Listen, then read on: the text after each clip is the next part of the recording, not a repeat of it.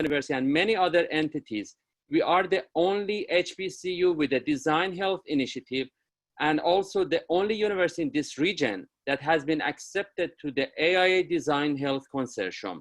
And it is only due to the generous support that we have received from Dean Akers and colleagues at the School of Architecture Planning, and especially from the professional community in Maryland and Washington, DC, including several friends and colleagues who are serving as panelists today. Great, thank you very much. And now I would like to introduce our esteemed president of Morgan State University, Dr. David Wilson.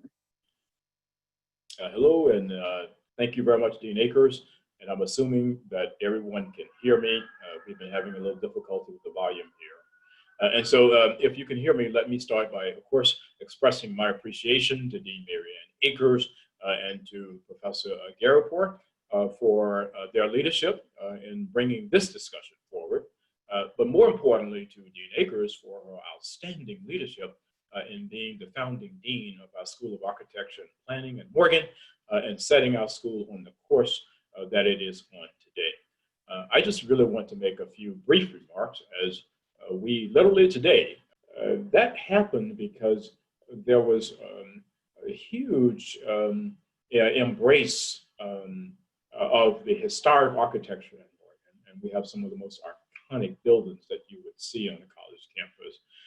And the National Trust for Historic Preservation was very impressed with that style of architecture. And at the same time, as we begin to update the campus and to bring it to a higher level of contemporary functionality, we wanted to do that with also a contemporary design.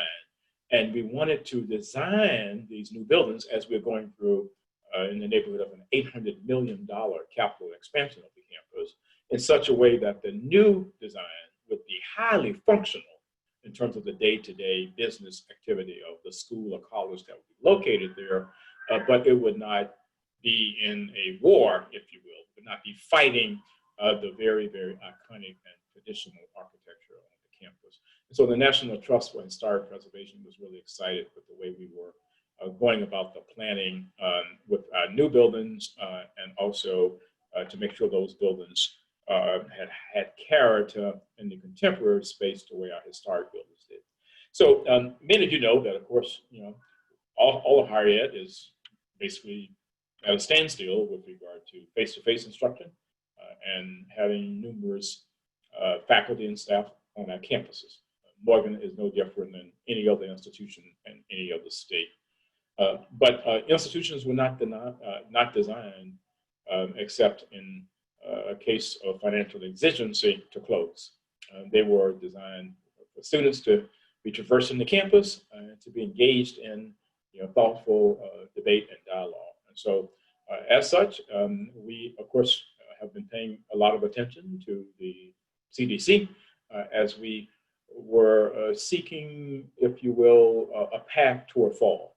And so as Dean Akers knows, we modeled a number of scenarios at Morgan, and I'm not going to take you through all of that, but where we landed was what I call scenario 2, where the university would seek to reopen in the fall if city and state restrictions were lifted, but we would reopen in this kind of hybrid fashion.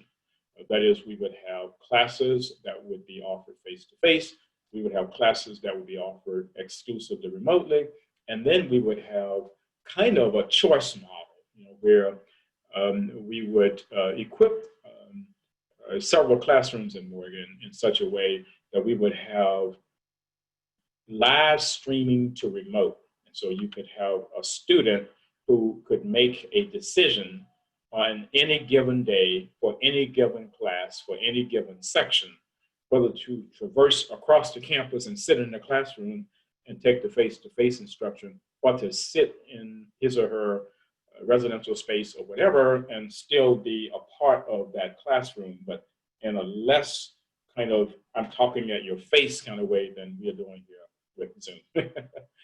And so that's where we ended up. And so today, we made the decision that we want to embrace this model going forward. And We sent out a survey last week seeking input from our students, from our faculty, from our staff, basically trying to figure out, what do you want? What will make you more comfortable as you re-enter the space? And by the way, we're paying a lot of attention to re-entry because we haven't been together as a community now in nearly 4 months.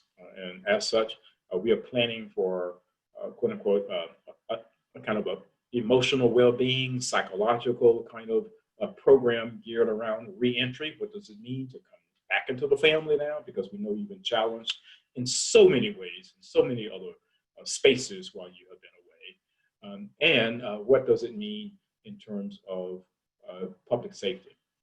So, with regard to public health, I should say.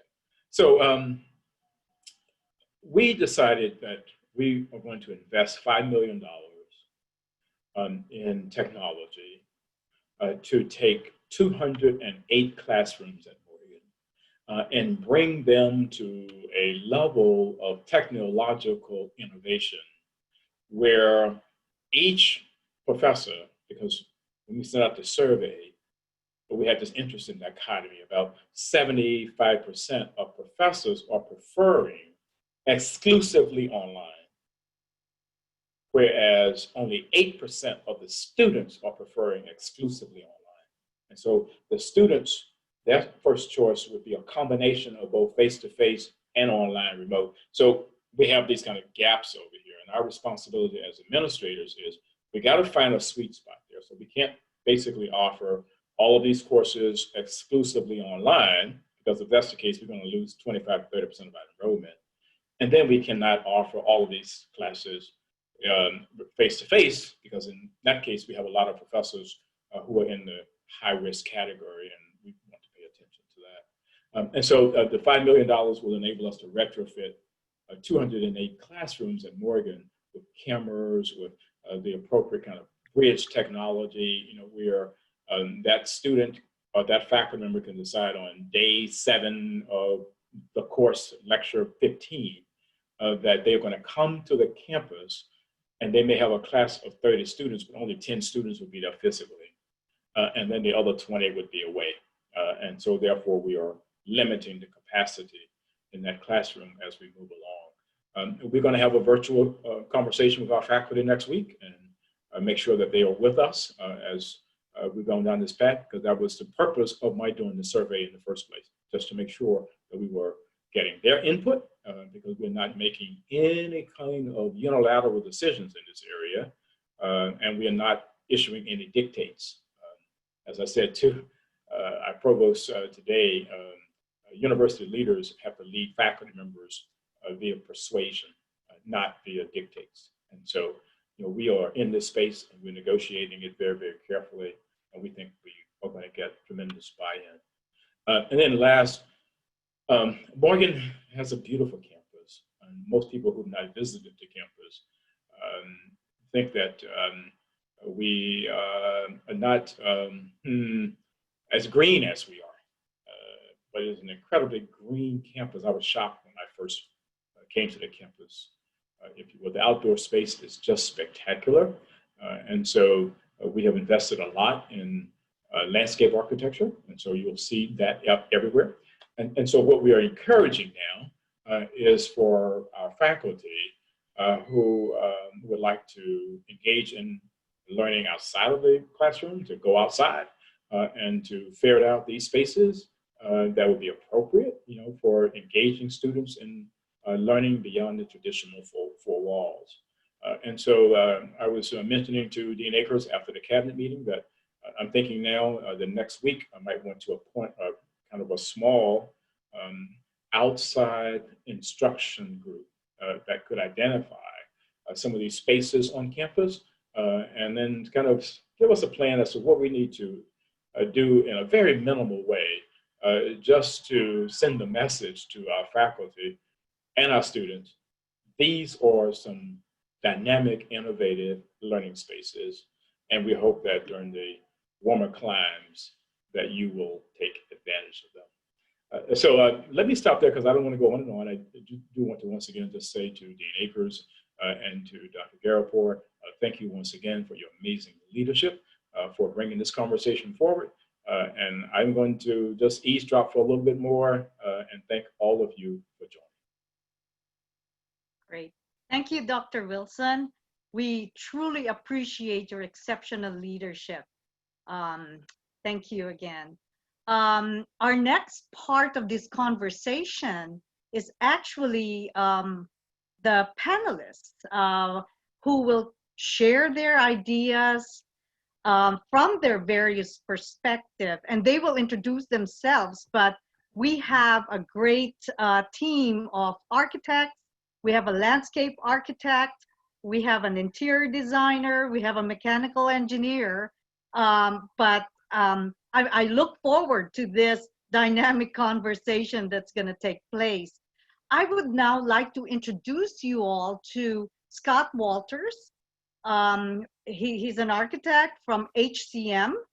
He's also one of our adjunct lecturers. So I'm very proud that we have a very, very strong connection with HCM. So Scott, would you like to take it over?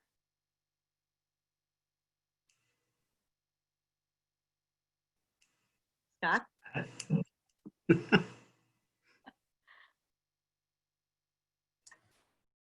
I think you're still muted, or where are you? There he is. There he is. How about now? All right. Well, thank you, Dean Akers, for the introduction.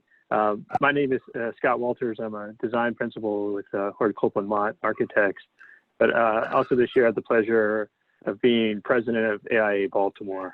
And I'd like to take just a few minutes to introduce the firms representing us today and ask our participants to do the same. So Hord Coplan we've been entering our 43rd year of practice, and we're an interdisciplinary firm focusing on interiors architecture and landscape architecture. And we have a very special connection to Morgan. As Dean Akers mentioned, we have multiple people who have taught or are teaching at Morgan. We have multiple graduates who work with us who came from Morgan. We sponsor a scholarship. We are currently designing the new residence hall on campus. And today we wanted to bring a set of diverse voices with us. We have Casey Smith and David Hatton, leaders in our education studio, along with Khurjekar, who is a principal and a landscape architect. Next, I'd like to introduce CRGA architects and ask Rolf Haarstad to introduce this group. Sure. Thank you, Scott. CRGA has, let's see, 43 years for you guys? We're 38 years now. We're a 30-person firm, obviously spread out all over the Mid-Atlantic now. But we actually pretty excited. We're expanding into Baltimore as of next week. So we're very excited about that. We are almost 100% healthcare in our practice. We do senior living as well, but even that has a very strong connection to healthcare now. I'm a vice president, senior vice president with the firm. We're owned by Sandy Goodman. She's our majority owner. The two of us essentially manage the firm. I've got two of our fantastic people here today with me, with Usama and Pam, and I'll let them introduce themselves. My name is Usama Hassanein. I'm a principal in the healthcare sector for CRGA. So excited to be here with this panel. I have almost 25-year plus of experience, not to age myself, but I've been working mainly in hospitals, surgical suites, all the invasive spaces in a hospital. Pam? Hi, I'm Pam Franklin. I am an interior designer at CRGA. My background is in healthcare design, some higher ed and commercial office design. So this is a really nice way to kind of combine all of those experiences that I've had so far. Great, and we have one other firm with us today, Leach, Wallace Associates, mechanical electrical engineer. Rolf, would you like to introduce yourself and the firm? Sure. Thanks, Scott. Just real quick, I'm Rob Banas. I'm the president of Leach Wallace Associates. As Scott mentioned, we're a mechanical, electrical design engineering firm located just outside of Columbia, Maryland. And we predominantly work on healthcare projects, but we also work on higher education projects. There's a lot of similarities on the engineering side between the two, given their campus situation. So I'm proud to be part of this panel. Thank you. Okay. And right before we get started, I just want to let everyone know there will be a chance for question and answer after the panel discussion. If something pops up, please enter it into the Zoom group chat and we will monitor it and get to those questions at the end of the discussion. So to kick us off and get started this afternoon, Rolf and Usama, I'd like to spend a little time talking about the elements of healthcare design that could be applicable to Morgan's campus and what they should consider. Yeah, I've been thinking about that from a physical space perspective, and even though I've had plenty of time now to think about that, I think it's coming down to be more operational. It's a discussion that we've been kicking around with this panel. I mean, certainly in the healthcare environment, everything, especially now with the pandemic, everything's based upon levels of acuity and separation of populations. What you're seeing with major health systems now is they're actually adding space in the sense of adding outdoor tented triage, for instance. And the idea there is to identify sickness before it gets into the next layer of the physical environment. I think that with your campus, see the difference with healthcare is, for the most part, we almost have to assume everyone's got it or they're sick, right? And so we have to be very protective, and not only in the protocols of access, but also the protocols then of cleaning once things have changed. So for me, thinking about the campus from what healthcare is going through right now is obviously testing is paramount. I do believe that with your multiple entry points on campus, you probably are going to want to look at how to deploy some testing stations. And the testing would be both for temperature, which is the easiest way right now. If someone has fever over 104, I believe it, that they should not come into your facilities. The other is the swabs, or rather invasive, right up the nose swab. But still, what hasn't happened in the United States is that testing is not really available to anybody that doesn't have the symptoms. So when the campus opens, I think part of the discussion is going to have to be, that layer of testing that takes place. And it's from a physical space perspective. I'll let Usama chime in a little bit, but I think there'll be opportunities for separation and social distancing that we have to look at. This group had a small discussion yesterday just to gear up, and we talked about, it's almost like a dichotomy of you need more space but less people, right? So, getting people spread out, not sharing desks, studio, obviously architectural studio. A lot of us went through that as our educational process. That's going to change with this new reality. I mean, keeping 6 feet apart, you probably aren't going to want people staying all night. But that, so there's going to be some changes from that perspective. But anyway, Usama, is there anything that, from our planning that you can think of? Sure. Thank you, Rolf. Thank you, Scott. This is, I'm going to start from the very beginning because it's just a good place to start. The virus, we are up against the coronavirus, and that virus, we know that it have a 14 days shelf life, right? The first 4 days you get infected, you dormant, you're not spreading anything, and after the 4th day, there is some sort of a decision that happened into your body. You either carry the virus for the rest of the 14 and become asymptomatic and start spreading that virus to everybody around you, or your immune system become compromised and you need hospitalization, and we know that where is that going.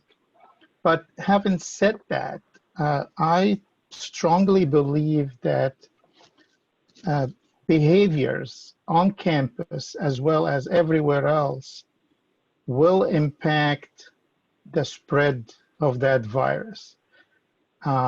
Just, some of the stuff that we, customers doing, handshaking, hugs, those are become things of the past. They need to kind of, get eliminated, or people start to shy away from them.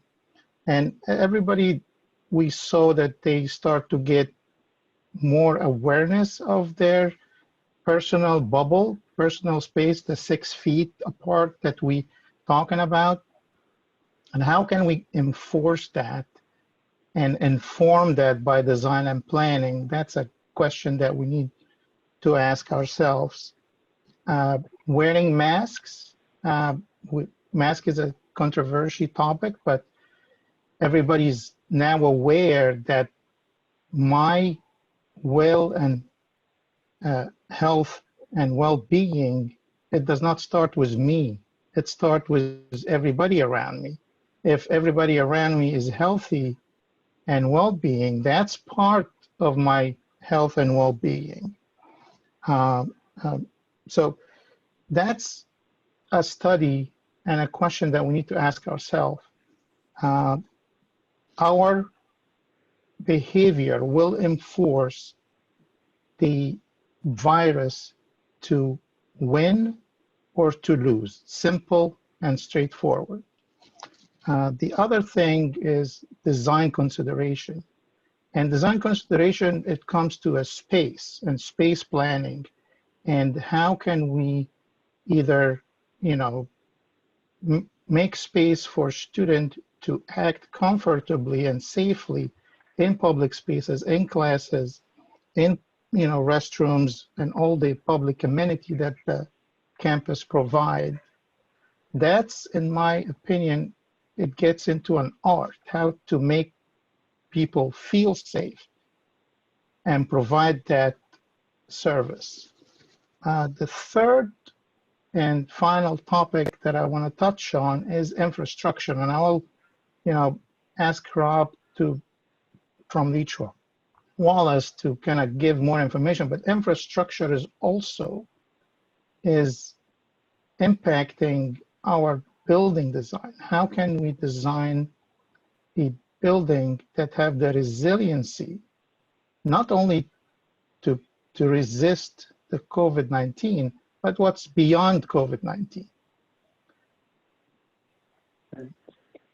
That's actually a good segue. Bob, if take a minute and help us understand what can be done regarding the mechanical, electrical systems and facilities that, to help prevent the spread pre-occupancy, but then also once these buildings are reopened, how can the operations shift and change to meet our new normal? Sure. Well, we now know that the primary vehicle for spreading the virus is through human contact, and specifically it's airborne droplets, right? That we know from either close contact or when aerosolized, there's transmission through breathing air. So as a result, the HVAC systems have become a really important factor in minimizing the spread, especially in public areas such as college buildings. So from a reopening standpoint, there's a couple things that we're recommending our clients do before they actually even start reoccupying the buildings. Number one would be to flush the building, flush the air volume of the building. Many of these buildings have been locked up now for 3 months, had very little occupancy, if any. And so these buildings have become stagnant. It's unlikely that there's actually any evidence of the virus being in those buildings because it has been so long. But even still, it's a good idea to go ahead and flush those buildings with a lot of outside air. you know, as Dr. Wilson noted earlier, outside air is our friend here. Mhm.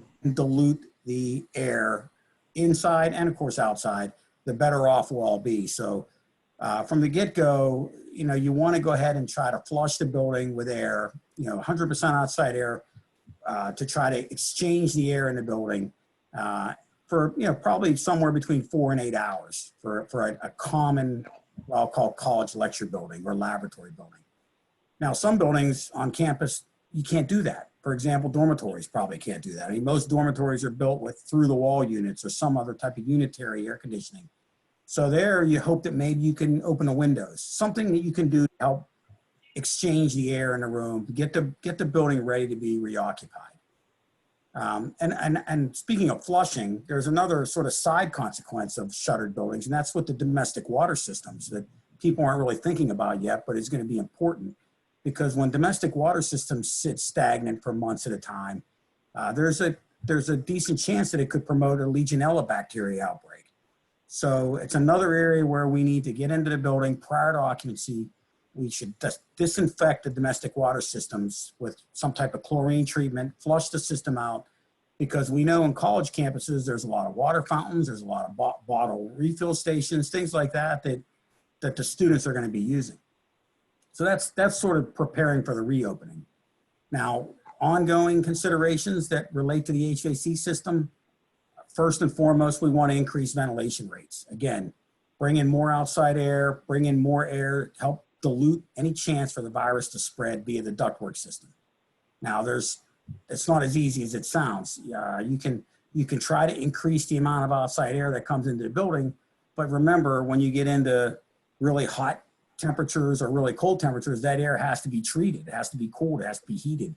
And a lot of these air conditioning systems weren't built to bring in 100% outside air at a time. So that means you might have some issues with the capacity of your coils at the airside systems. So you need to look at every building individually and make sure that you can increase the outside air ventilation. But we do feel strongly that that is a good way to help prevent transmission, especially aerosolized transmission, is to bring in as much outside air as we can. Another aspect is filtration, right? I mean, there's always going to be some amount of air that's being returned to the space. And so if possible, you want to go into your airside systems and try to increase your filtration. Stop the transmission of the virus by filtration. You know, you hear a lot about HEPA filtration. You know, that's common now in many systems, but many older systems cannot accommodate HEPA filtration. So you need to go in and look at what can your system accommodate from a system standpoint and see if you can install HEPA filters. Of course, HEPA filters are expensive. You know, that's another drawback to them is they're expensive filters. They require more maintenance. So, you know, you need to look at each building individually and see if you can even install the HEPA filters. And then kind of the third pillar of HVAC systems that I haven't heard discussed a lot on the news, but is another consideration is the relative humidity in the space, because the droplets, the virus droplets are directly affected by the relative humidity in the space. At 45% relative humidity, the droplet size is approximately 70 microns in diameter. That's a pretty large droplet size, okay? So chances are when somebody is talking, breathing, speaking, that size droplet is not going to travel very far. In fact, it's probably not even going to get entrapped into the airstream. When you get down to lower humidity levels, 30% humidity levels, say, which you could see in the winter months, the droplets can be as small as a half a micron. And at half a micron, these droplets are going to become transmitted via the airstream much easier. They're so small, they're going to become aerosolized, they're going to get into the airstream. So it's really important that we look at the relative humidity of the buildings as well as just the ventilation and the filtration to keep that droplet size as large as possible, which means it will not be as airborne as much as a smaller droplet. Now, there's some strategies for improving air quality that you hear about a lot. UV lighting has become very much in the news. We've been using UV lighting in hospitals for many years to try to keep the air handling units clean, keep the coils clean, avoid getting bacterial growth on the coils. It's not 100% effective, but it's definitely effective. So, you know, we're trying to go back into existing air systems and install UV lighting where it's not already installed. but there's limitations to that as well. There's a cost to it. There's the whole concept of even being able to install it. In some cases, there's no room to put UV lights in the air handling units, but it's something that we want to be looking at. In operating rooms in healthcare, there has been a strategy in some facilities where they actually, between cases, bring really high doses of UV lights into the operating room. And they basically sanitize those operating rooms by, putting in high levels of UV lights. Now, the problem with that is you can't have any people in there when that's going on. And it's an expensive process, but it's proven pretty effective in surgery cases, between cases where you can augment normal manual cleaning. And then finally, I guess I'd want to, make sure we talk about other sort of simple things, like in some cases where we're in public spaces that are relatively small, they make portable HEPA filter units that can be installed. And they're used oftentimes in construction areas where, especially in healthcare, where you're trying to make sure that you're assuring proper infection control in patient areas. Well, we can use these smaller HEPA filter module units to help filter the air that's put into these smaller public spaces. For example, in a dormitory where you might have common study areas and things like that. You can either recirculate the air, or better yet, if possible, try to exhaust that air outside after it's been passed through a HEPA filter module. So those are just some of the things we're looking at. Obviously, there's other common items like disinfecting touch points, particularly on the mechanical electrical side, like light switches, thermostats, plumbing hardware, all those areas where people are going to be touching. But the more I've been reading and the more I've been listening to the CDC, the virus is transmitted predominantly through air, through people being close to one another. The touch point issue, which started out as a really big issue, has gradually lost a little of its steam because they're finding that that's not the primary way the virus is transmitted. However, I saw some comments and some questions from this group. I think there is still a need to disinfect touch points like that. So, how do you do that at the college campus level? That's a tough one, because you got thousands of kids touching thousands of points, and you can't literally go in and disinfect every point every time someone touches it. So there's going to be a lot left up to the students themselves, right? They're going to have to self-police that, whether that's wearing gloves or whether that's, carrying sanitizing wipes around with them. Don't touch points unless you have to, right? I mean, even in our own office, we're telling people, use a paper towel, use a sanitizing wipe, avoid touching those surfaces whenever possible. Rob's touched on quite a few points about the interior environment and I'd like, Pam, if you could weigh in, I'd like to know some of the ideas that you use in a healthcare environment that can really translate to the higher education and to the campus at Morgan, and really think about the materiality of the interiors, especially in respect to Rob's final comments here. Sure. Well, like Usama and Rolf touched on, behavior has a lot to do with how this virus is spreading, how people are interacting with one another.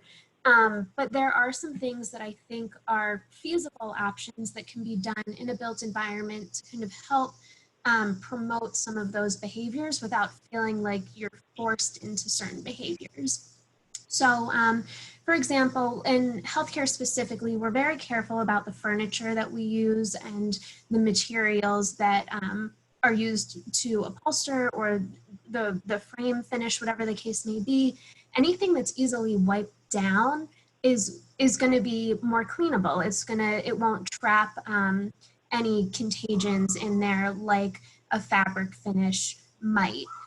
Another consideration that we've come across over the past couple of years is cleaning reagents and how they interact with the furniture finish.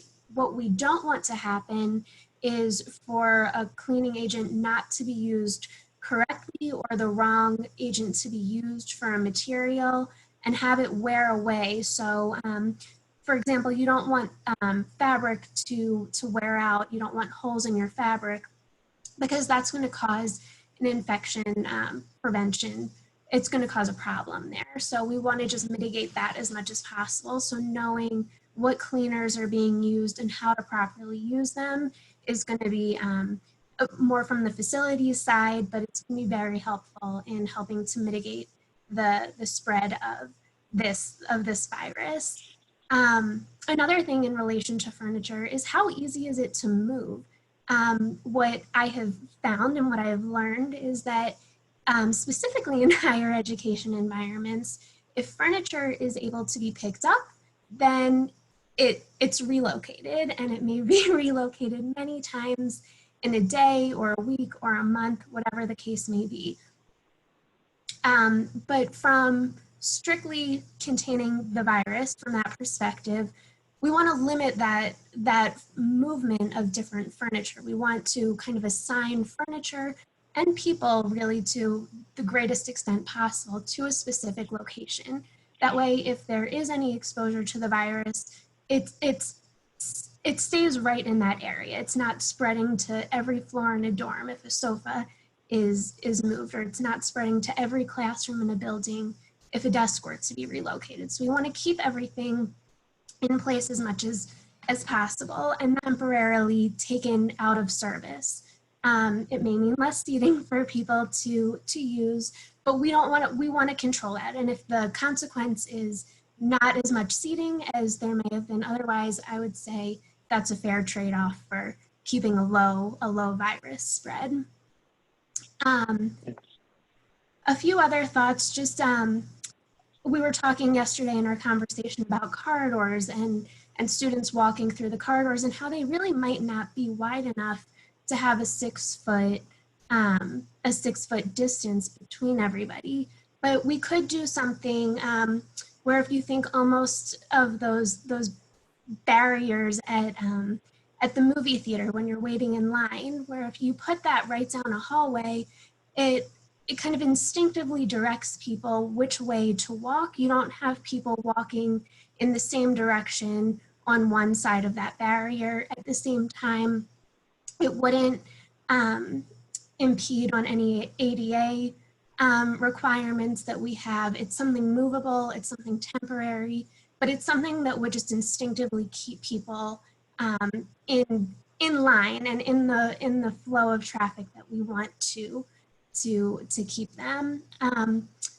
One last big topic is just visual cues, and I know that everybody's seen visual cues popping up all over the place, whether they're on floors or on walls. In my experience, I've seen they're all very helpful.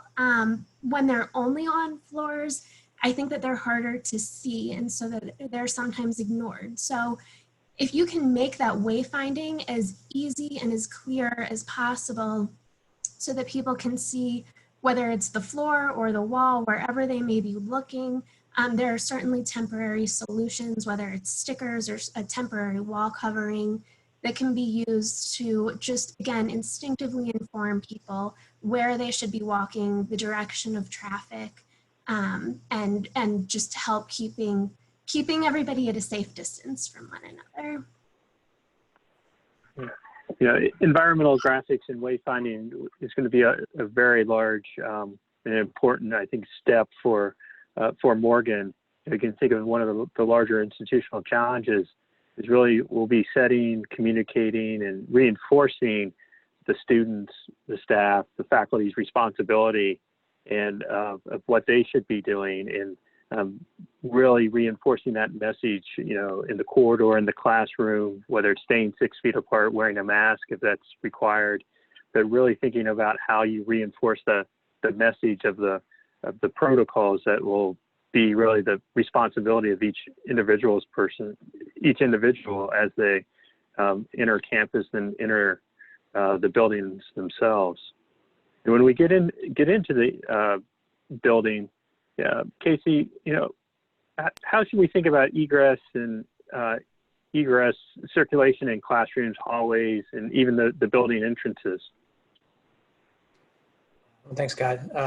Yeah, we've been talking about that quite a bit lately with some of our institutional clients. Been working with both higher ed and K-12 institutions now for almost 20 years. And over the last 2 or 3 weeks, been talking to many of them and helping them actively plan how they might reopen to some capacity this fall. Just some general principles that we've been keeping in mind is that what we're trying to think about is interactions, and the more people a student or a staff member interacts with, and the longer that interaction, the higher risk that COVID is going to spread. And so the lowest risk obviously is a virtual only classroom environment. The highest risk is business as usual. And some middle ground, which most institutions are considering, is that hybrid scenario of a virtual in-class or online experience, or some staggered rotated scheduling to accommodate smaller class sizes. That puts a real challenge though on the instructors. Talking to a lot of the instructors and administrators, today's learning spaces were designed to support active, engaged modes of learning with an emphasis on student autonomy, fluid collaboration, flexibility for a wide range of learning styles. And many of these attributes now pose challenges in this type of environment. That reconfigurability, common spaces, high mobility, high density are great at promoting and increasing physical interactions, which pre-COVID were what we wanted on a campus, right? We wanted to provide opportunities for innovation for that biology major and the business major to meet and develop that great inventive idea. And I think more importantly than anything, a sense of building community. And that's what we really want to try to maintain in some aspect with how we think about modifying the spaces. And so the challenge becomes thinking about synchronous and asynchronous learning modalities. And the challenges for instructors is that curriculum preparation for those two modalities is not the same. And this leads to a problem, I think, fundamentally with the sort of flex class model, because it sort of disincentivizes a person or in-person learning, which starts to erode that sense of campus. Because if a student has a choice of whether or not they come to class or they can watch it later, more often than not, they may choose watching it later if that curriculum is developed in a way that it's for an in-class model, because you can't then, an instructor cannot have attendance or class participation as part of the grade. Quizzes and tests are inherently easier at home with material sources. So these are challenges on the operational side that will test that flex class model. And I do think long-term though, it's a model that's gonna have to be adopted and address it. In the immediate short term, we're reviewing existing campuses and buildings to determine how you control those entry and check-in procedures. Graphics are going to be a big part of it. Posting signs that are highly visible, that promote everyday protective measures, whether it's wearing a mask or properly washing the hands or hand sanitizing. Staggering the schedules and the building entry exit locations are going to be something that need to be considered. Outdoor entry and access, for example, do we create queuing spaces outside of the building that have overhangs? So the classes aren't being taught outside, but we know we've got a class exchange. We need to keep those individuals separated, and perhaps an overhang for inclement weather days would be a good modification on some of these buildings. Is there some sort of surveillance portal? We're talking about, walk-through UV lights, sanitizer misters, some interesting technology, all of which, some of it might not be necessarily implementable by this fall, but might be some long-term strategies depending on how long a vaccine takes. Simple things like hand sanitizing, sanitations, and then how do we minimize touches? Access control devices that are non-contact badge readers, any sort of touchless entry, voice activated elevators. So we're just trying to minimize those incidental contacts. Providing the physical guides that Pam was referring to, whether those be temporary dividers or simple things like tape on floors or on sidewalks or signs. I do think graphic design in particular is going to be a big aid and one of the tools that as architects and interior designers, we're looking for partners there. Just to ensure that folks stay at 6 feet apart or greater when they can. I think that creating the one-way routes in hallways, if feasible, makes sense, but otherwise I think just using common sense, it's going to be like walking down a street. We need to be able to realize that it's not going to be possible in every setting. Some institutions look to cluster building entries and exits with classrooms and restrooms so that you have sort of a pod, and that sort of cohort of students that are going to be working within there are working within that area and not interacting with another cohort that might have a separate means of ingress and egress. You know, installing physical barriers where we can, maybe sneeze guards or partitions, particularly those at sort of reception desks and things like that where you can't stand 6 feet away. In terms of the classroom itself, I think there's both near-term and long-term strategies. In the near term, if we're trying to mitigate risk for a fall reopening, we want to review those existing floor plans and determine what that reoccupancy classification is for the room. You know, we generally want to keep space, seating and desk at least 6 feet apart, you know, wherever feasible. And we've been generally utilizing a 60 square foot per person rule of thumb for this kind of planning, because that allows for the roughly 30 square foot bubble that is that 6 foot diameter with the person at the middle. But you need space for circulation in between those desks, and you need circulation for the instructor at the front of the room. So if you use 60 square feet per person, when you're looking at these enclosed spaces, it's not a, one size fits all solution, but it's a good rule of thumb. And we're looking at that as you have to take into account certain spaces have more equipment, particularly science, labs, et cetera, that you have to work around. One of the things we're seeing considered is assigned seating. So with these smaller groups of students, let's assign seats and not make it optional. Everyone knows where they go. It makes it more efficient. It controls that environment. And in areas where you can't space and you want to try to turn the desks in the same direction. We would rather not have that face-to-face interaction. You don't want students sitting across from a table anymore. And in a lot of places too, they're thinking about adding desk-mounted screens for individual shielding. So between people, also between the instructor and a student, if they do need to pull up and talk to them, desk side, if you will, we want to have a separation there. And then just cleaning frequently. I mean, that's going to be a big challenge as well, is who is going to clean these classrooms at classroom exchanges? Is it going to be incumbent and just become commonplace that we all pick up a hand sanitizer and wipe down our seat and our desk after we leave the room? Do we have someone else, that's now being challenged with that maintenance in between classes? I think that's a protocol and a sort of operational thing that needs to be figured out. I think there's also opportunities to look at temporary repurposing of larger spaces that may not otherwise be used right now into multiple instructional zones. For example, gymnasiums, athletics and sort of performances are most likely not happening anytime soon. So do we use lecture halls, conference room spaces, gyms, libraries, things that are large open spaces now that have the air volume cranked up, as Rob mentioned, have better filtration, and we use those larger spaces to offset some of and increase the amount of classroom spaces we're going to need, because now we have spaces holding maybe half as many people at best as they formerly did. And then in the long term, I think that's all sort of short-term tactics that we're talking about to get in this fall. But there's a long-term impact, obviously, to this, and I think it creates an emphasis on some sort of flexible blended learning classroom, and that's going to take time to figure out, because we want it to still help create that community. That's one of the most important features of a campus. And so those classrooms are going to be designed for adaptability. They can accommodate greater or lesser distancing depending on where we are with this pandemic or future crises. And they're going to be adapted to live on video. You're going to have in-room presentation where you're going to have a choice to switch between content as an instructor. You're going to have a camera that's not on your laptop, but it's in your room. In-room audio and amplifier systems, distance learning capability, and also the ability to see maybe those students as well that are joining remotely, much like we are now. They're going to see their faces in the back of the room.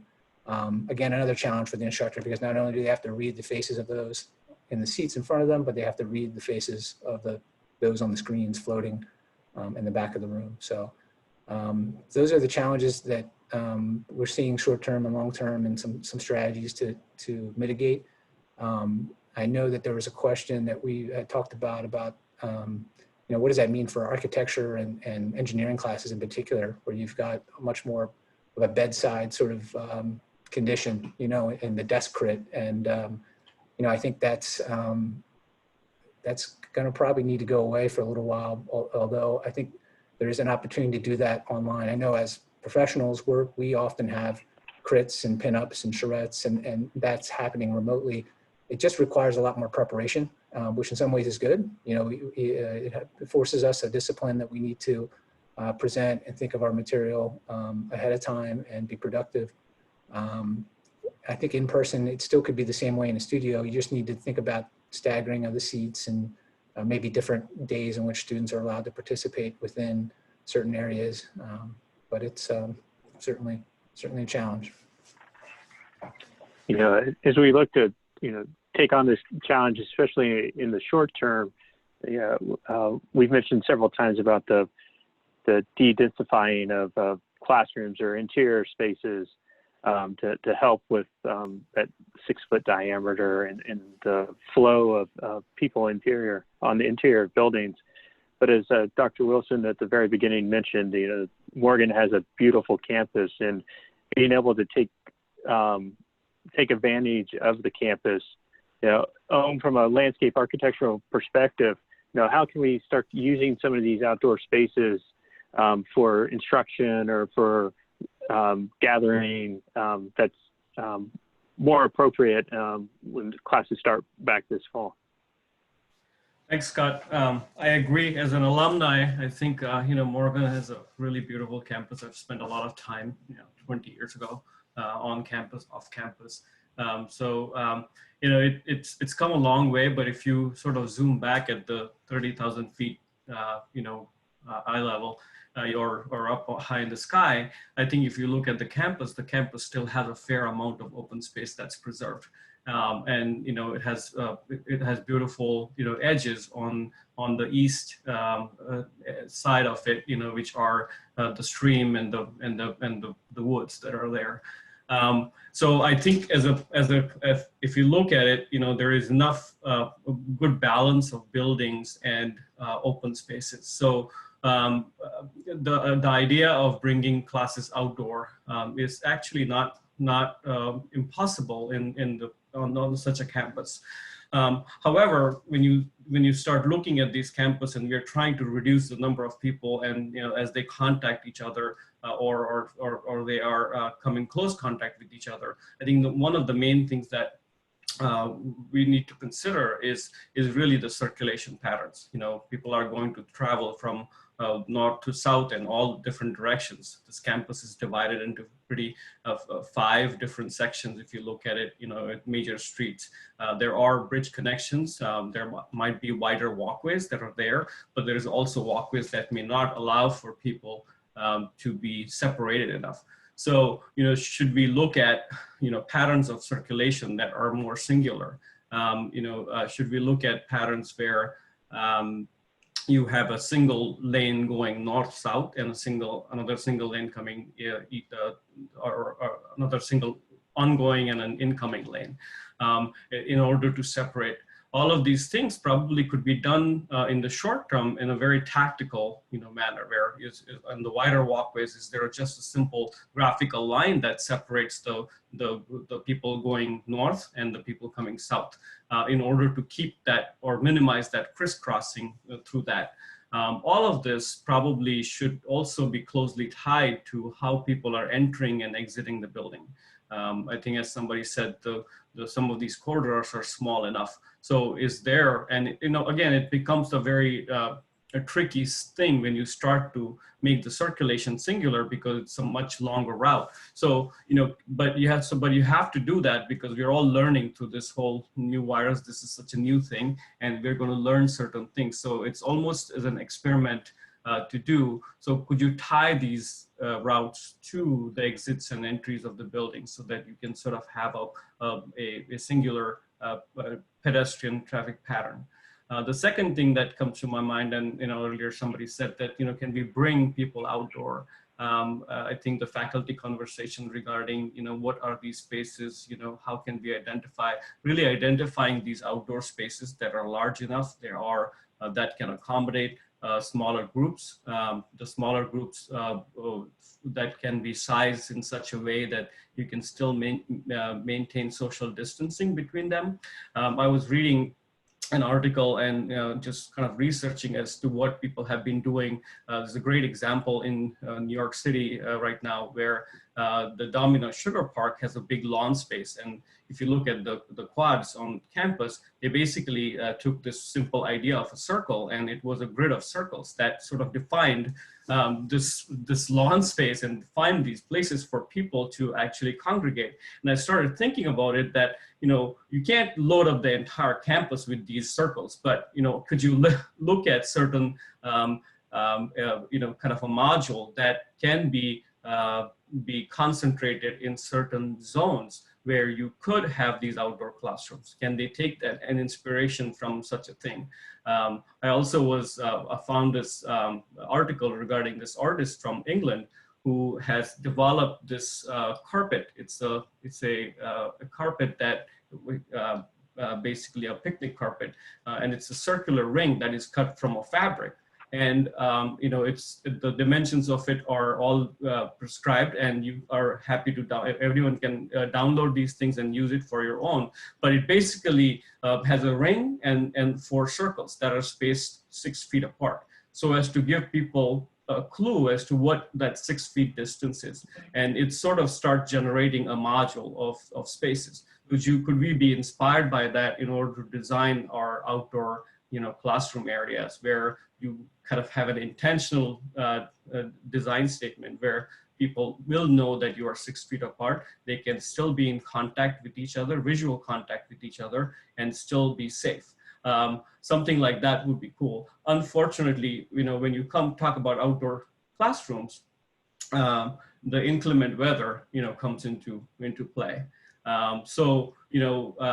There has been this designer from Italy who has actually designed this modular fiberglass structure that can be dismantled. So can we look at things like that we can bring in and be inspired by and create sort of this modular structure or cover that can be incorporated in these outdoor classrooms. So there's a variety of ways. The answer can't be found in 3 minutes, but I think there's a lot of inspirations. I think people are experimenting a lot to look at different ways of keeping the social interaction by following the social distancing rules. So I think there is a lot of that. And then I think using these short-term or tactical, experiments in the short term to see if we can learn from them and employ them in the long run. How can these decisions inform us while we design new spaces on campus? Think about the next 100 years, because pandemics may come again. We don't know that. It's such an unknown phenomenon that we don't know that. So how do we learn from that and start employing that in the future and sort of incorporating these in a way that we are ready if such a thing happens? I hope not, but we are sort of ready. And then that brings me to my last consideration, that this is a beautiful campus. There's a lot of trees on the exterior, but in the interior spaces of that, can we start sort of this movement where as we look at the master plan of the campus, can we start incorporating more trees into strategic places? Rob talked a lot about air quality and flushing these buildings, and you're flushing out the interior of the building, but that air comes out. How do you purify that air? And one great way to have is a lot of trees. The trees are going to help shade certain spaces. They're also going to clean the air. They're also probably going to help reduce the humidity, because it's going to kind of reduce the heat island effect. And so there's a lot of benefits to that.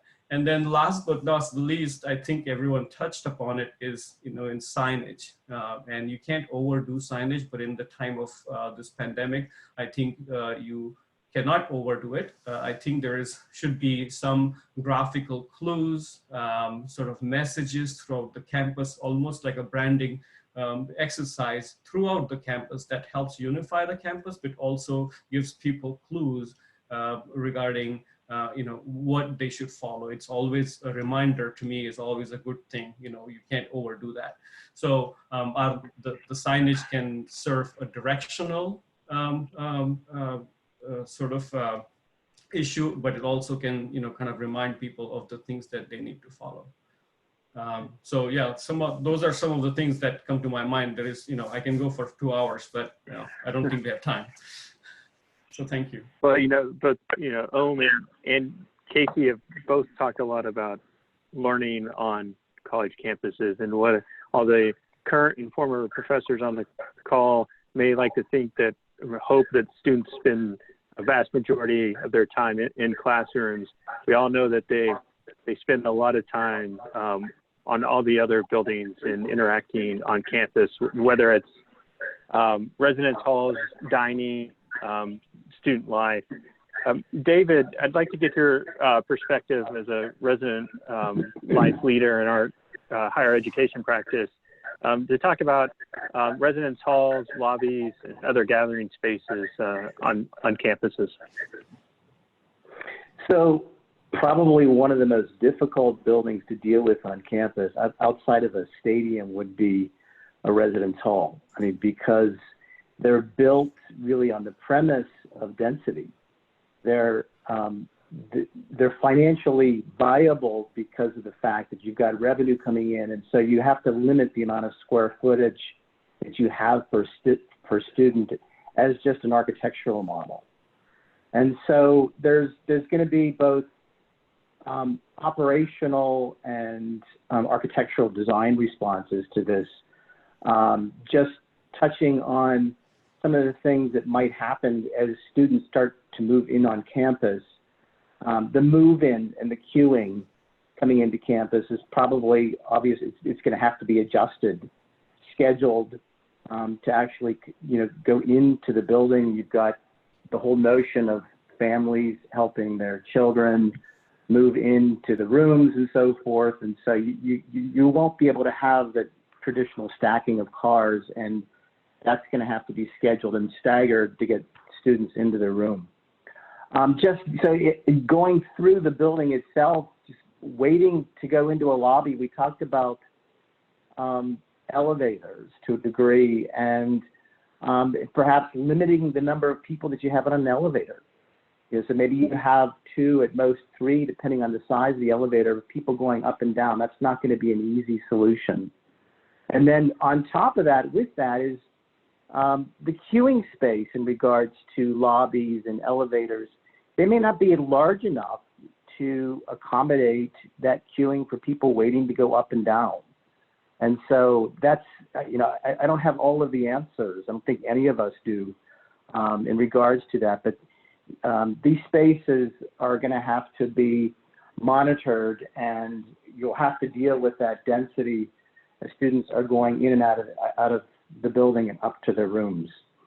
The bedrooms themselves, I mentioned, the apartment suite configurations are obviously less of an issue just because there's more square footage per student. But most everybody is sharing a room. So you're going to have a roommate.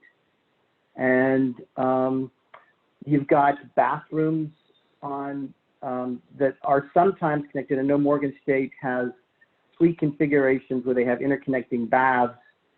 That's a much better situation. But then there are common bathrooms as well. So maybe those kinds of spaces are going to have to be scheduled, in particular right before class. Everybody wants to use the shower at the same time. Those might have to be scheduled and staggered appropriately to allow that social distancing to occur. You've got lounge space, right, on every floor, and the smaller huddle rooms, maybe it's 2-3 people at most, to give that social distancing. Those are going to have to be more monitored and limited in terms of the degree of occupancy that they have. Some of the low-tech opportunities are door foot pools. Casey had mentioned touchless elevators. Those are not, that would be something that has to be retrofitted on existing buildings. And they're not cheap too. So you've got all of these things in regards to the overall density that's required just to have students on campus. One of the most difficult things to acknowledge is the fact that students are going to contract the virus. And so with a campus that has a number of different residential halls, it's going to be important to set up accommodations and to pre-plan for locations where you'll have quarantined students in the event that they have the virus, that they can go and they can quarantine it off for 14 days. And whether or not they are, they have some of the more difficult symptoms or they're asymptomatic, as was mentioned earlier, the quarantine zone is going to be important. We have the opportunity and privilege to be working on campus right now with Morgan State for new residence halls. And so now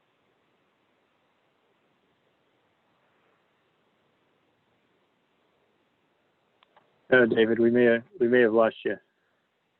As we're designing to incorporate some of these concepts. In terms of food, what I've been seeing and talking to some of my food colleagues, my the fellow food service operators and food service designers, is that in the short term, a lot of pre-prepared grab-and-go meals are being set up in lieu of the self-serve buffets. I've heard that we're kind of looking ahead to what some of the policies of the cruise lines that are working with food preparation as well. That Carnival had originally set up the idea that they were no longer going to incorporate buffets, but now they've changed that policy. So perhaps there's a way to serve meals where you have less people self-serving, but you can have that open meal preparation and the idea of foods being prepared fresh in front of you without actually getting close to it. And you have others that are essentially placing food into plates and then handing them to students as they walk into their social distance locations in dining cafe. So those are a couple of the items. I know we're kind of short on time here. Maybe, I don't know if there's any other items that we need to touch on, Scott, but maybe we go to the Q&A to keep the flow going. Yeah, sure. Just real quick, right before we do that, I'd like to introduce Kim McCalla from Design and Construction at Morgan State to say a few words. I know she's been patiently listening to everyone. Hi, good afternoon. Thank you very much. And I appreciate everybody's input, discussion, and yes, we've thought about many of those areas.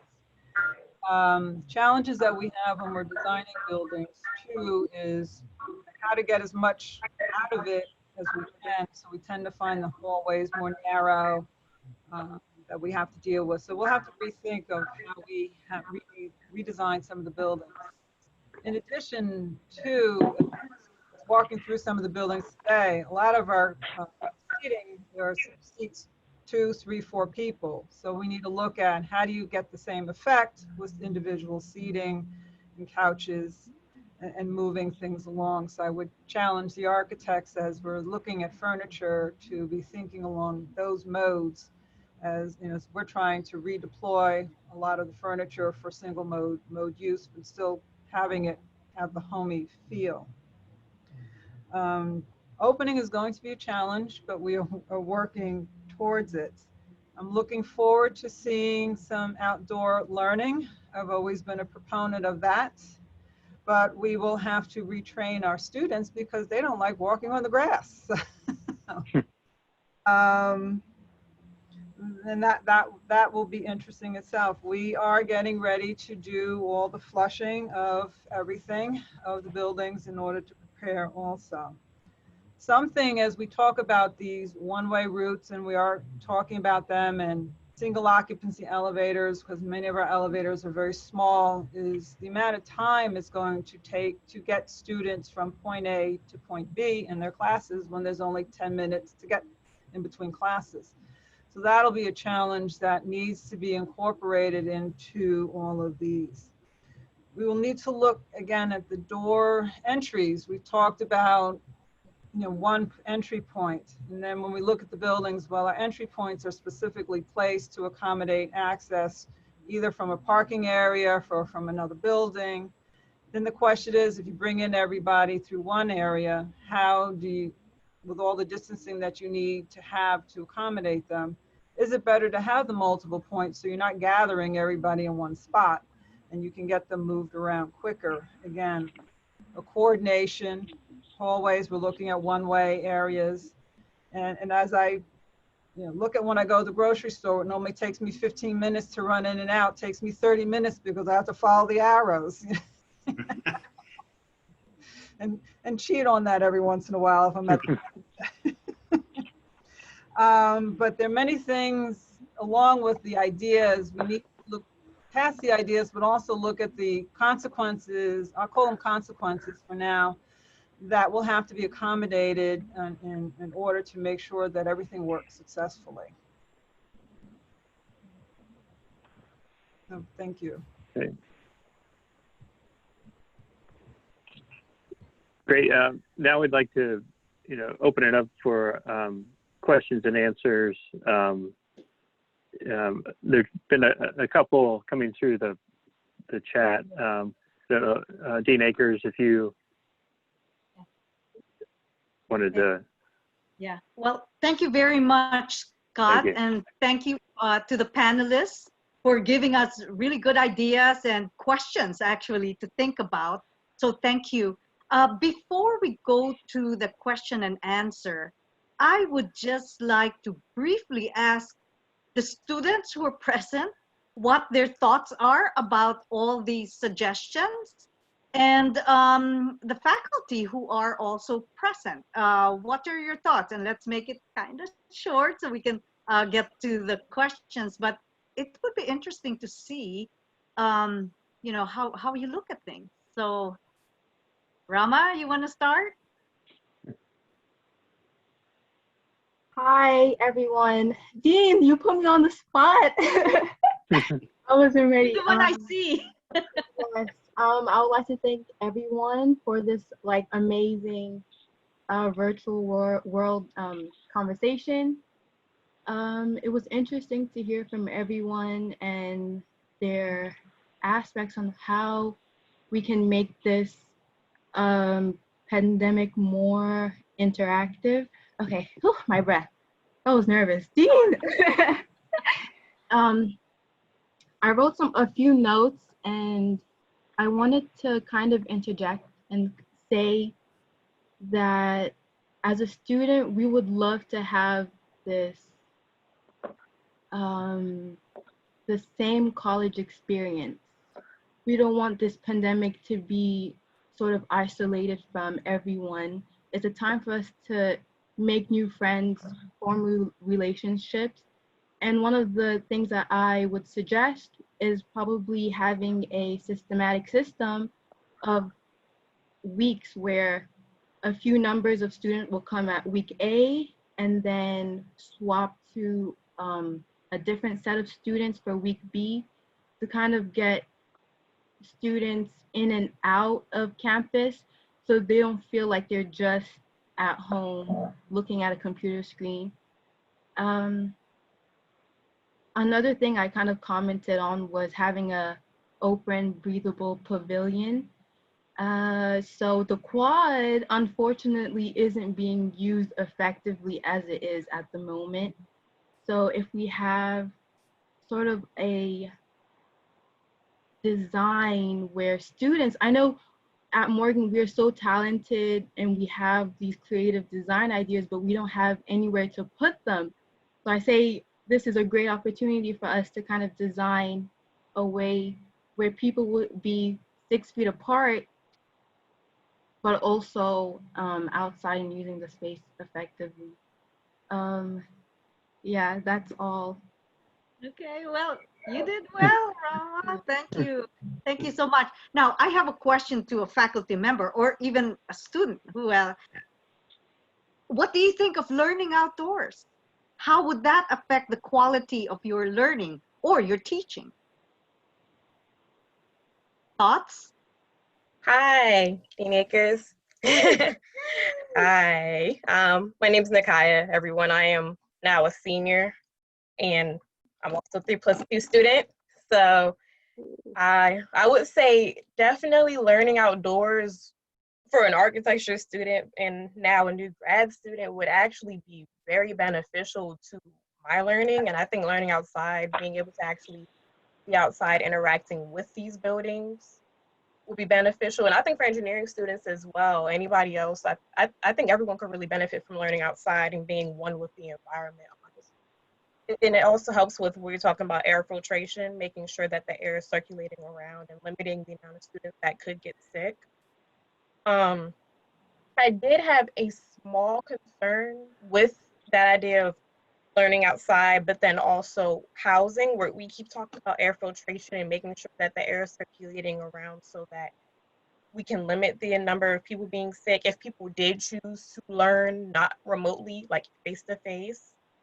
So taking that into housing, I would say, even some rooms that do have larger spaces, you're still confined into one space. So how can we cohesively make sure students that do choose to come back and live on campus or off-campus apartments, dorms, wherever, can still limit that amount of risk for everyone? The outdoor learning would be one, but what could we do for that with housing?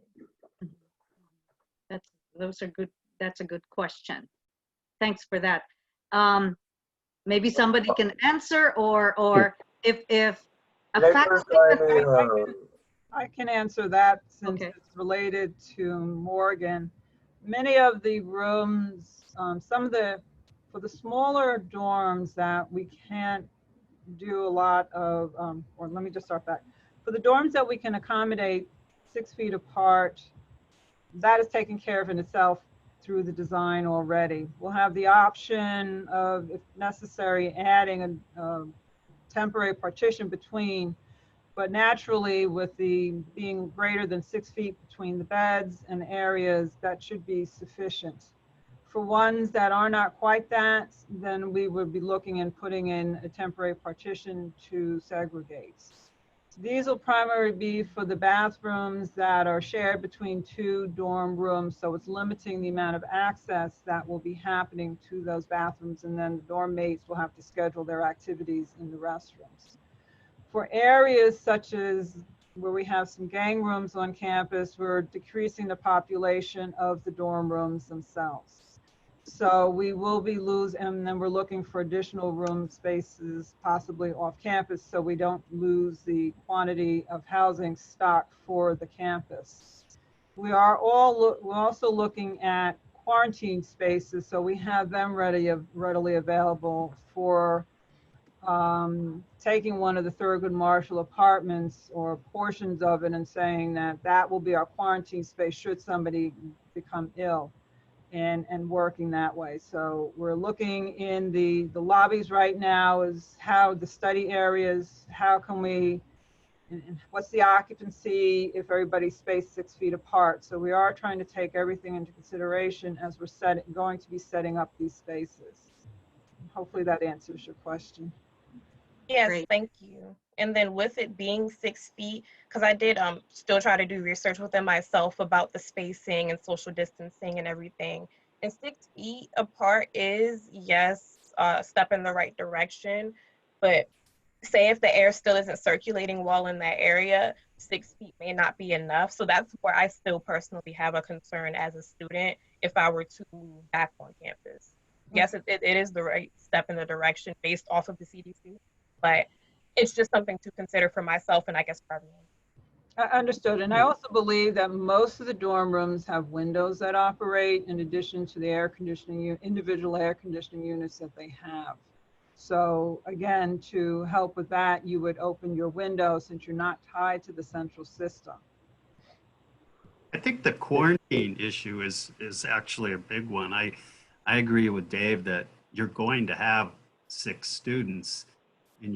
And as I talked about at the beginning, in terms of the healthcare perspective on this, which is the separation of different populations, perhaps, you talked about trying to free up some of your underused space for education. You might want to think about freeing up some of that for quarantine. You might be able to have more control on the infrastructure like Rob was talking about if perhaps you're setting up 14-day quarantine in a field house or something. So, you know, just ways so that the students feel safer, and that, you know, because it's going to be impossible to send some of the kids home if they're sick. So, you know, you're just gonna, we have to figure out more creative ways to keep the kids on campus, but keep them separated. So. And we understand that, but our athletics program is coming back, so that will limit, even though the facilities may not be used as intensely as before with games and everything, they still need to be available for them. So that would be a bit of a challenge, but it's an interesting idea, and there may be other ways that we can think of that mass area. But again, we're trying to find whether a few rooms in each building or one specific area on campus. We probably have a combination thereof. And then also trying to provide the technology in those buildings, so should somebody need to be quarantined, they don't have to necessarily lose their study. Hey, Kim, could I ask you a quick question on this topic? Sure, Dr. Rolf. So if you were recommending that we look at space, let's say like a Hill field house, and Kim is right that athletics are coming back online. But what would be your recommendations with regard to bathrooms? So let's say we have some unused space on campus, which one of the places is where the Institute of Architecture used to be in one of our old buildings.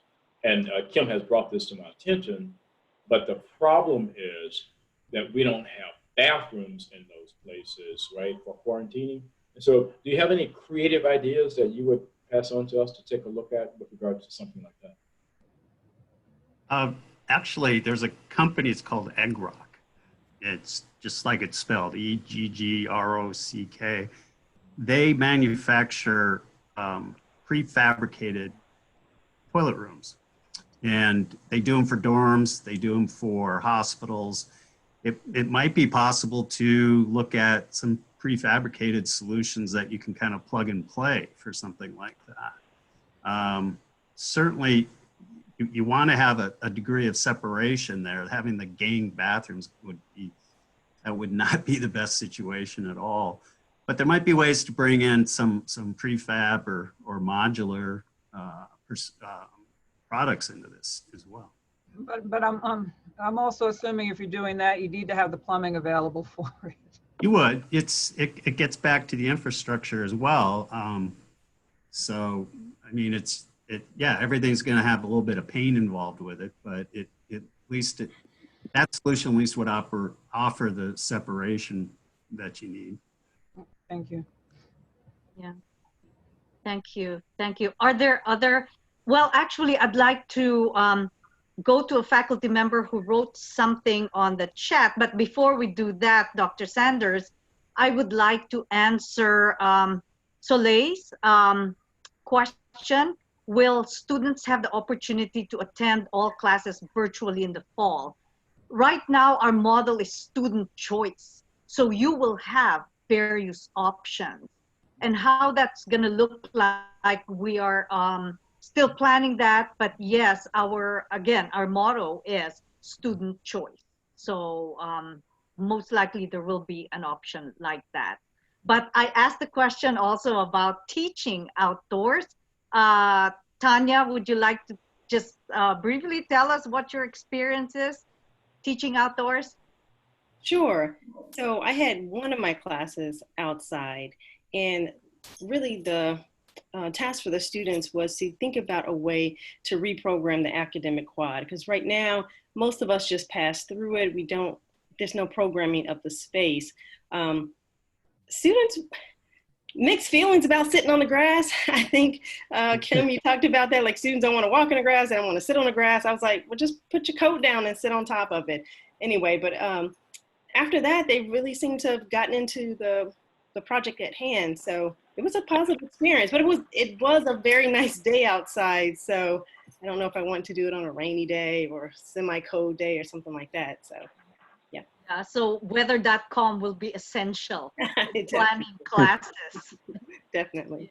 Yeah. Are there other maybe questions or question in Akers? Yes, Dr. Shin. Yeah, no, like maybe concern. So one of the teaching aspects or technique that we emphasize is visual aid. So using PowerPoint or some other techniques. So in case of those outside teaching, I cannot use blackboard, whiteboard, or any PowerPoint. And another one is, unfortunately, University Morgan campus is just next to the very busy road. So a lot of just noise. So I'm not sure. Like discussion-based course, one of my courses is exclusive discussion, and I don't think students can focus because of those noise. Oh, that's a good point, especially close to Argonne, not Argonne, well, also Argonne and Hillen, and yeah. So those are just some of the things that need to be considered when we take learning outdoors. So any other thoughts maybe that, Scott, would you like to, what are your thoughts? But, it's interesting. I always go back to the student experience and why students want to be on campus and, why I wanted to go to college. And, there's this invaluable interaction and one-to-one connection that students want to have. And that's the reason that, as I believe you stated at the beginning, or yesterday with the survey of, such a large amount of students wanting to have an in-person class. And it's that connection between their peers and the faculty members and staff that is really, when you think about really is what's driving the college experience. And, so, I think for universities and colleges, is how do we, provide that in a safe manner so that, we can get through the temporary time, so that the students who are in school now can still have some sense of that connection, which is a very important. Yeah, and the other thing that I saw the other day that we've kind of talked about a little bit is, we talk a lot about learning inside the classroom and then, outside it on the quad or, in the landscape. I saw an interesting proposal the other day of turning parking garages into temporary classroom spaces. And it's kind of that hybrid mixture of it. They're still outdoor, but they're not, exposed to the elements in some ways. And they have a little bit more infrastructure, whether it's power for portable technology to make it a more a hybrid classroom where you're not purely in lecture mode out into the sitting on the quad. But I think it's looking at all space, whatever their past use may have been, as temporary learning spaces between now and in a year from now. Dr. Akers, this is Kim. And what I might suggest also is, if I remember correctly, CVIS green roofs are done by trays. So it may be worth, maybe we pick up the trays, move them around so you have more effective way to learn. You keep your green area. As we've been designing more and more green roofs, we've gotten better at it. Yes. And that might be an idea of just rearranging so you can have a better use. You're close to the building, you're close to the power, and you have everything right there. Right. Thanks, Kim. Yes, in fact, we have lots of green roofs now with the business school and the new Jenkins. So those green roofs are really good opportunities to have outdoor and they're learning. quiet too, which is what's nice about them. Yeah, exactly. Mm-hmm. Even CVIS. Well, yeah, of course, CVIS. Yeah.